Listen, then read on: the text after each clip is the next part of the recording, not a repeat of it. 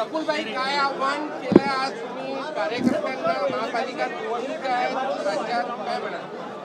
महापालिका, जिल्हा परिषद, पंचायत समिती आणि नगरपालिका नगरपंचायतच्या निवडणुका या वर्षी सप्टेंबर ऑक्टोबर महिन्यामध्ये होण्याची शक्यता आहे आणि त्या निमित्तानं विदर्भामध्ये प्रत्येक जिल्ह्यामध्ये राष्ट्रवादी काँग्रेस पार्टी आपल्या ताकदीवर आपली तयारी करत आहे आणि आज त्याची विधिवत आम्ही सुरुवात केली आहे. आज नागपूरच्या या मीटिंगमध्ये आम्ही फक्त आमच्या प्रत्येक जिल्ह्याच्या प्रमुख पदाधिकाऱ्यांना बोलवलेलं आहे आणि आता वेगवेगळ्या जिल्ह्याची आमची चर्चा आता होणार आहे आणि नक्कीच या मीटिंगच्या नंतर प्रत्येक जिल्ह्यामध्ये पण जेव्हा आमची मीटिंग आमची होतील जून जुलैमध्ये आम्ही सगळ्या 11 जिल्ह्यामध्ये जाऊन येणार. त्या हिशोबाने आम्हाला वाटते की नक्कीच विदर्भामध्ये राष्ट्रवादी काँग्रेस पार्टीला या निवडणुकीमध्ये चांगला प्रतिसाद मिळेल. नागपूर महानगरपालिकेमध्ये किती सीटाची मागणी तुम्ही करणार आहे? अजून आमच्या महायुतीमध्ये संयुक्तपणे लढावा की वेगवेगळं आम्ही लढावं हे अजून आमचा काही निर्णय झालेला नाही आणि माझा असा अंदाज आहे की शक्य आहे तिथे आम्ही महायुती म्हणून आम्ही लढणार. जिथे शक्य नसेल तिथे आम्ही इलेक्शनचा निकाल नंतरही गरज पडली तर एकमेकांना सहकार्य करून महायुतीच्या लोकांना तिथे पदावर बसवण्याचं आम्ही काम करणार. सर, एक खंत व्यक्त केली आहे तुम्ही सभासद नोंदणीकरिता, नेमकं काय करायला पाहिजे आणि का बरं? सभासद नोंदणी आमच्या महाराष्ट्रामध्ये आणि देशामध्ये राष्ट्रवादी काँग्रेस पार्टीची सुरुवात आहे आणि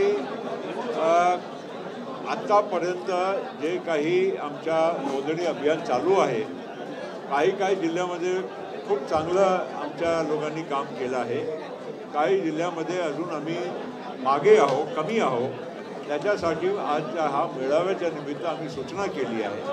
अजून आमच्या सभासद नोंदणीला अजून 1-1.5 महिना बाकी आहे आणि आम्हाला खात्री आहे की आम्ही सूचना केल्यानंतर आणि जिल्ह्यामध्ये बैठका घेतल्यानंतर हे सदस्यता जे आम्हाला अभियान चालू आहे त्यामध्ये भरपूर आमचे लोक आमच्यासोबत जुळतील.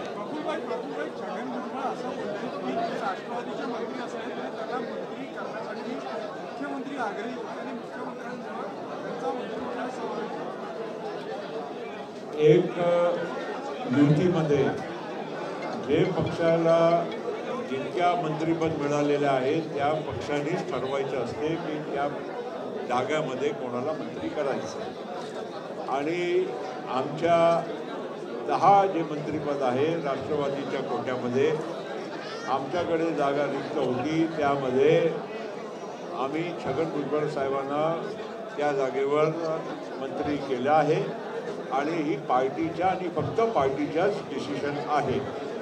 कोणाच्याही सूचनाप्रमाणे आम्ही कुठलाही निर्णय केलेला नाही.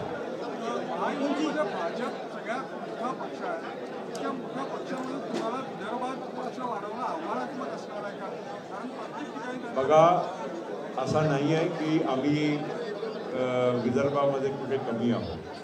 ही वस्तुस्थिती आहे की एवढे वर्ष आम्ही काँग्रेसबरोबर असून आम्ही कमी जागा लढवत आलो आणि आता महायुतीमध्ये आल्यानंतर स्वाभाविक आहे की विदर्भामध्ये भारतीय जनता पार्टीचे सिटिंग आमदार बरेच होते. महत्त्वाचा पक्ष म्हणून भारतीय जनता पार्टी राज्यामध्येही आहे आणि विदर्भामध्ये विशेष आहे. तो थोडा कमी जागा मिळाल्या त्यामुळे आम्ही जितक्या मिळाल्या त्या सगळ्या आम्ही निवडून आणले. पण नक्कीच पक्षाचा आधार जसा जसा वाढेल आम्ही अधिक जागा मागण्याच्या पण हक्कदार बनू शकतो आणि त्या हिशोबाने आम्हाला या निवडणुकीमध्ये काम करायचं आहे. प्रफुल्ल जी, राहुल गांधी ने मोदी जी को कहा है कि आपका खून सिर्फ कैमरे को लेके बोलता है.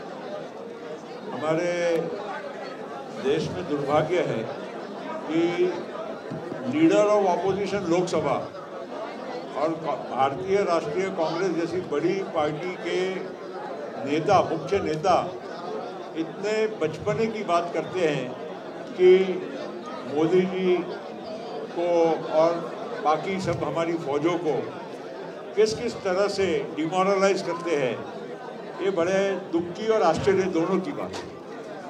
हमारा देश आज पूरा एकता का संदेश लेकर दुश्मन का मुकाबला करने में सफल हुआ। आज पूरे विश्व में हमारे सभी पार्टियों के सांसद भारत की बात रखने के लिए जब घूम रहे हैं, भारत के लोकसभा के ऑपोजिशन लीडर इतनी हल्की और ओछी बात कर रहे हैं, ये बहुत ही दुर्दैवी है। और इसमें मोदी जी का या किसी का नुकसान नहीं होने वाला है। नुकसान होगा तो केवल और केवल कांग्रेस पार्टी का और राहुल गांधी का होने वाला है। निशिकांत दुबे ने आज 1991 का जो भारत पाक का जो एग्रीमेंट हुआ था उसको आज राहुल गांधी को बताया, क्योंकि वो जयशंकर को बोल रहे थे कि आपने सिंदूर हमले से पहले उनको बात बताई नहीं करनी। देखिए, कोई ऐसी बातें जो अगर हम युद्ध करते हैं किसी दूसरे देश के साथ या दूसरे देश के अंदर घुसकर हम उनके एयर बेसिस को हम हमला करने की बात करते हैं, तो क्या ये इसको क्या बोलते हैं कि नादानी वाली बातें करने से कोई बात ऐसी होती है क्या हमने क्या उनको पहले से खबर कर दी? ये कौन सी कॉन्टेक्स्ट में बात की? जयशंकर जी ने और मोदी जी ने पहले भी कह दिया था कि हम इसका बदला लेकर रहेंगे। उसका मतलब ये थोड़ी था कि हमने उनको बता दिया हम क्या करने वाले हैं। ये सब देखिए, ऐसी बातें करके देश का जो एक अच्छा माहौल है, आज दुश्मन के सामने लड़ने के लिए पूरा देश, सब वर्ग के लोग, छोटा बड़ा, किसी भी मज़हब का, जाति का, किसी भी पार्टी का, जब एक होकर बात करता है, वहाँ पर इस देश के लोकसभा के लीडर ऑफ ऑपोजिशन इतनी हल्की और ऊंची और बचपने की बात कर रहे हैं। ये बहुत बड़ी दुर्दैवी बात है। उनको खुद ने आत्म परीक्षण करना चाहिए। मैं समझता हूँ कि कांग्रेस वाले ही अफसोस कर रहे होंगे कि हमारे नेता क्या ऐसी बचपने की बात कर रहे हैं। छगन भुजबल जी ने अभी बोला है कि उनके मंत्री पद के लिए देवेंद्र फडणवीस, मोदी जी और शाह जी का हाथ है, क्या कहेंगे?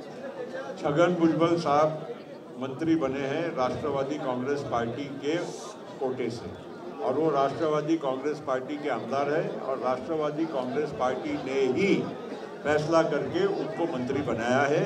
किसी के सूचना पर, किसी के कहने पर या किसी के कुछ और अन्य बातों पर किसी को हम मंत्री नहीं बनाते। हमारे 10 मंत्री हैं, वो केवल और केवल पार्टी के अध्यक्ष, पार्टी का मैं कार्याध्यक्ष और पार्टी के महाराष्ट्र के अध्यक्ष सुनील तटकरे ने फैसला किया है, जिसके माध्यम से आज भुजबल साहब हमारे कैबिनेट में मंत्री बनकर काम कर रहे हैं। एमपी के सीएम मोहन यादव ने कहा है कि एमपी में धर्मांतरण कराने वालों को फांसी की सजा देने के लिए कानून बनाया जाएगा। भैया देखो, जो बात मैंने अभी आप बोल रहे हो और मैंने सुन लिया, इसके लिए मैं जवाब नहीं दूंगा। समझ लूँ, उसके बाद जवाब।